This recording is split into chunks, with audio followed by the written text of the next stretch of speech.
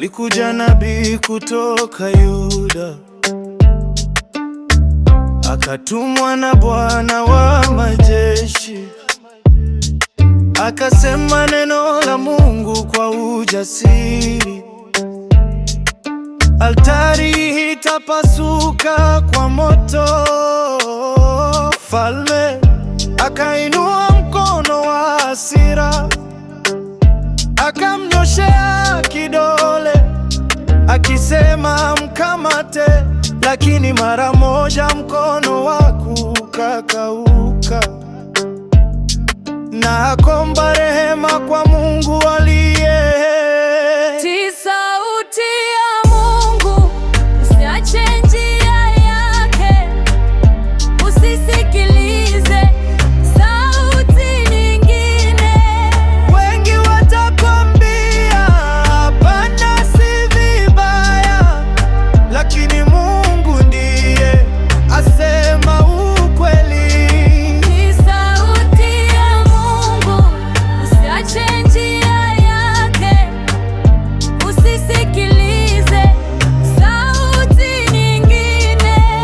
Wengi watakwambia hapana, si vibaya, lakini Mungu ndiye asema ukweli.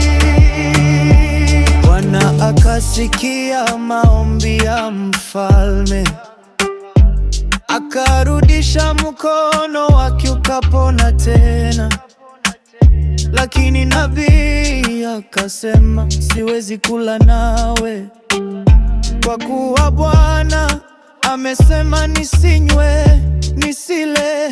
Kisha akaja nabii mzee kwa hila, akasema, malaika alinena nami, rudi nyumbani.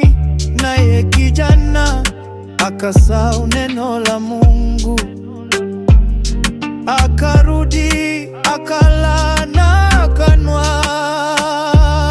Lakini neno la Mungu halibadiliki, nitaa njiani na mwanga wa uzima. Nabii kijana alitoka njiani, na simba akamkuta akamuua. Tii sauti ya Mungu, usiache njia yake, usisikilize sauti nyingine. Wengi watakwambia hapana, si vibaya, lakini Mungu ndiye asema ukweli. Tii sauti ya Mungu, usiache njia yake, usisikilize sauti nyingine. Wengi watakwambia hapana, si vibaya, lakini Mungu ndiye asema ukweli. Mkono wa mfalme ulikaushwa,